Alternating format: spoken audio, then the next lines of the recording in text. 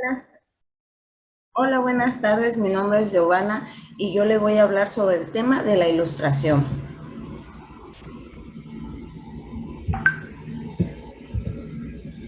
¿Qué es la ilustración? La ilustración fue un movimiento cultural e intelectual primordialmente en Europa que nació a mediados del siglo XVIII y duró hasta primeros años del siglo XIX. Fue especialmente activo en Inglaterra, Francia y Alemania. Inspiró fundamentos, cambios culturales y sociales, y uno de los más drásticos fue la Revolución Francesa. En el siglo XVIII es conocido por estos movimientos como el siglo de las luces y del asentamiento de la fe en el proceso. Es muy importante ideas como la búsqueda de la felicidad, la soberanía de la razón, la evidencia de los sentidos como fuentes primarias del aprendizaje nacieron durante estas épocas. Se caracterizaban por el racionalismo, la búsqueda de la felicidad, creencias en la bondad natural del hombre, el optimismo y el laicismo. El objetivo, los pensadores de la Ilustración sostenían que la razón humana podría combatir la ignorancia, la superstición, la tiranía, la construcción del mundo mejor y el fanatismo religioso. Los ilustradores pensaban que las leyes podían ser descubiertos por el método cartesiano y aplicar universal al gobierno. También se consideraba el periodo que comenzó tras la finalización de la guerra de los años 30, en 1648, paz de Westfalia. Termina con el conocimiento de la Revolución Francesa en 1789. Algunos de los pensadores de la Ilustración fueron René Descartes, Francis Bacon, Immanuel Kant, John Locke, Guattari, David Hume, el barón de Montesquieu, Eugenio Espejo y Claude. Estos fueron unos de los principales pensadores de la Ilustración. Su aportación en la sociedad tuvo una gran influencia en el aspecto político, científico, económico, político, sociales de la época. Este tipo de pensamiento se expandió en la población y se expandió por los hombres de la letra, pensadores y escritores que creaban nuevas formas de entender la realidad y la vida actual. Por mi parte sería todo y dejo a mis compañeros que siguen con los siguientes temas.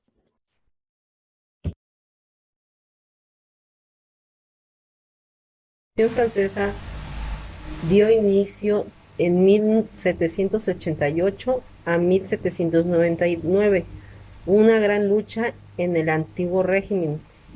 Algunos autores datan como final el año de 1804, momento en el que Napoleón Bonaparte se corona como emperador. El objetivo de la Revolución Francesa era derrotar al régimen monarca para así poder crear una república que contara con la libertad y la democracia que fuera necesaria. A esto le ayudaron las personas que eran de clase media y los trabajadores. Todos ellos lucharon contra la injusticia que había y provocaron muchos cambios políticos y sociales a la política francesa. La Revolución Francesa tuvo a tres pensadores, entre uno de ellos fue Montesquieu, que nació en 1989 y murió en 1755. Entre sus ideas principales era la separación de poderes, dando como resultado un sistema de contrapeso jurídico en diversas partes del Estado, ejecutivo, legislativo y jurídico. Otro de los pensadores, Voltaire, de 1678 a 1778. La idea era que todo ciudadano tenía la igualdad de derecho sin distinción. Y el último fue Rousseau, de 1712 a 1700. Cuando hablamos de revolución industrial, hacemos referencia al proceso en el que la producción de los bienes cambió radicalmente a nivel global, donde las economías se basaron en el sector primario y se enfrentaron a apariciones de una nueva forma de fabricar.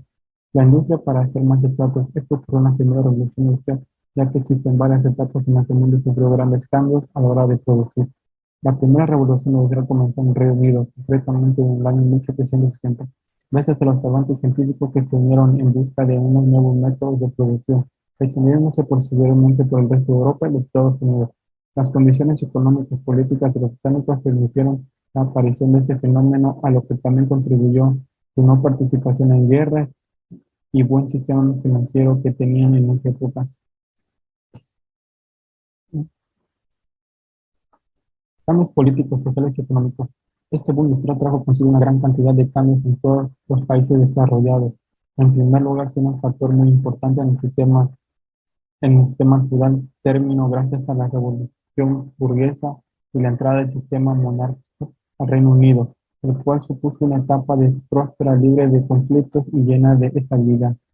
Por otro lado, el Reino Unido entró en una etapa donde su potencia comercial era máxima, encontrándose en una posición mucho más elevada que cualquier país gracias a sus avances e innovación industrial. Por este motivo era la nación líder en el comercio internacional, que fue capaz de generar mucho capital y riqueza durante esta etapa. Además, en esta época se dio un importante aumento de la mano de obra y la productividad, gracias a los innumerables avances que se consiguieron en ambos conceptos. Mucha de la mano de obra de campo dejó de ser productiva dado a los nuevos avances, lo que trajo consigo un importante éxodo rural y consecuente un aumento muy importante de la población en la ciudad. Consecuencias y expansión de la revolución de la industria alrededor del mundo. En sus primeros años, la revolución industrial supuso un cambio radical en la forma de vida y de producción británica, lo cual se extendió con el paso del tiempo hacia el resto de Europa y Estados Unidos. El uso del carbón como recurso fomentó el sector de la minería y produjo un desarrollo industrial en el que se mejoró la productividad. Se aumentó enormemente la capacidad productiva y se crearon economías mucho más diversas, potentes y prósperas. El comercio internacional entró en auge, lo cual produjo un aumento demográfico muy importante y su consecuente aumento de la tasa de natalidad. Pese a ello, es importante remarcar que existían muy pocas facilidades en cuanto a comunicación se refiere, algo que atrasó el proceso de adaptación al resto de los países. En concreto, España mantuvo durante muchos años una cultura muy artesanal de una población mayoritariamente rural, pero poco a poco fue adaptándose a los nuevos métodos, generando nuevas oportunidades. Etapas de la revolución industrial. La primera revolución industrial fue la que más impacto tuvo en nuestras economías, pero el concepto de revolución industrial incluye otras tres etapas con cambios, innovaciones muy importantes para el desarrollo de la sociedad. Segunda revolución industrial, 1850, Primera Guerra Mundial. En esta etapa un salto muy importante en cuanto a la materia prima utilizada para producir cobre, aluminio, acero, etc. Además, se diversificó el uso de energía, se empezaron a utilizar productos químicos en la producción y se innovó en métodos como la cadena de montaje o la producción en masa. Tercera revolución industrial, mediados del siglo XX. A mediados del siglo XX comenzó la tercera etapa de la revolución. Gracias a las innovaciones informática y tecnología, se mejoraron drásticamente las comunicaciones, entraron en la escena de las TIC y se produjo una importante automatización en los procesos productivos. Cuarta revolución industrial. Desde el año 2011 podemos considerar que nos encontramos en la cuarta etapa de la revolución industrial. Este proceso está aún en un auge y trae avances impensables, entre los que encontramos la robótica, el desarrollo de Internet, la autoproducción o las industrias inteligentes. Siete personajes principales de la revolución industrial. James Watt fue un miembro clave de la Sociedad Lunar. Muchos de sus escritos se conservan en la biblioteca Birmingham. La falsa idea de considerar a Watt como el verdadero inventor de la máquina de vapor se dio un gran número de aportaciones que hizo para su desarrollo. Falleció el 25 de agosto de 1819 en Hartlepool, su casa en Padworth, Inglaterra, a la edad de 83 años. David Ricardo, su obra más importante, Principios de Economía Política y Tributación, apareció en 1817, contribuyó a la exposición más madura y precisa de la economía clásica en Prefacio afirma que el principal problema de la economía política es determinar las leyes que regulan la distribución. John Stuart Mill, aunque no fue profesor universitario, Mill cultivó casi todas las ramas de la filosofía, desde la lógica hasta la teoría política, pasando por la ética y lógica, psicología y teoría de conocimiento. Mill era empirista y positivista. Consideraba que el conocimiento humano tenía su origen y su límite en la experiencia observable. Adam Smith nació en Kirkcaldy, Escocia, durante el año 1723, bautizado el día 5 de junio del mismo año. Estudió en las universidades de Glasgow y Oxford. En 1737 ingresa a la Universidad de Glasgow. En esta recibe clases de filosofía moral, parte de Francis Hutcheson, que la postre valdría su influencia por la escuela histórica escocesa. Los inventos que nos dejó la revolución industrial, la máquina de vapor. En 1768, James Watt construyó el primer modelo de una máquina de vapor. Se trata de un motor de combustión externa que se transforma la energía del vapor, agua, en trabajo mecánico o cinético. Tuvo un importante rol para mover máquinas y aparatos. El teléfono. Alexander Graham Bell se le atribuye la invención del teléfono en el año 1876. Se trató de un aparato que transmitía sonidos por clave a través de señales eléctricas. Ha sido uno de los inventos más importantes porque revolucionó el mundo de las telecomunicaciones, el automóvil. En 1885, Carl Benz desarrolló el primer automóvil de combustión interna que tenía forma de triciclo. Estaba equipado de un pequeño motor de 4 tiempos, horizontal, monocilíndrico y contaba con un carburador de refrigeración por agua. El avión. Los hermanos Wright de Estados Unidos inventaron el primer avión. La idea surgió en 1899. El 17 de diciembre de 1903 volaron por primera vez. Construyeron el planeador con un motor de petróleo de 12 caballos de fuerza y 2 propelas. Tenía 2 alas principales posicionadas una sobre otra. Ambas ayudaban a promover empuje al planeador. Bombilla de luz. Aunque ha sido atribuido principalmente a Thomas Alva Edison en 1809, Humphrey Davy en uno de sus experimentos colocó una fina tira de carbón entre los dos polos de una pila y creó un fugaz arco luminoso, considerado la esencia del funcionamiento de la bombilla. La primera bombilla dio luz durante 14 horas sucesivas. Posteriormente, Edison la desarrolló y perfeccionó hasta llegar a la bombilla de larga duración.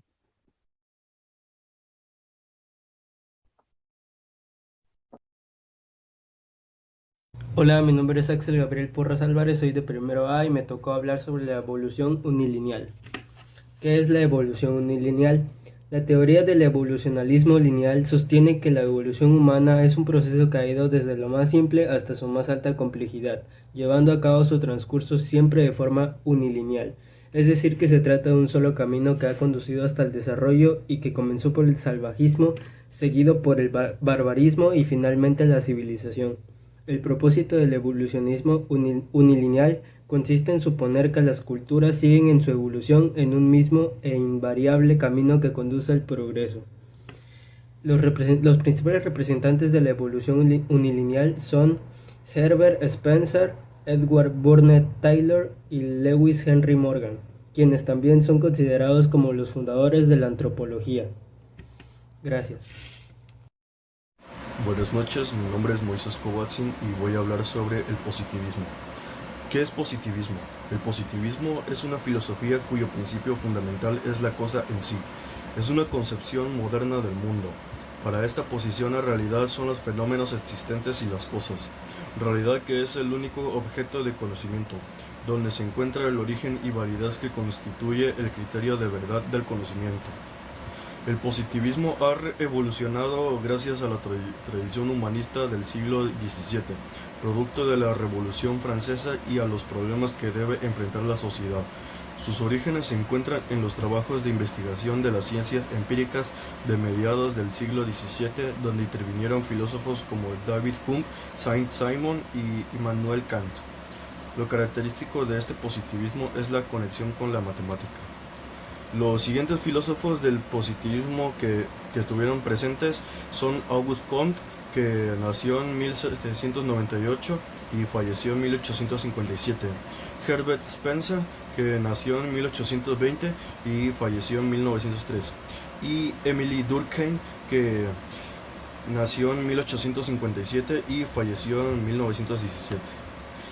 El objetivo del conocimiento para el positivismo es explicar casualmente los fenómenos por medio de leyes generales y universales, lo que le lleva a considerar a la razón como mero medio para otros fines, que quiere decir razón instrumental.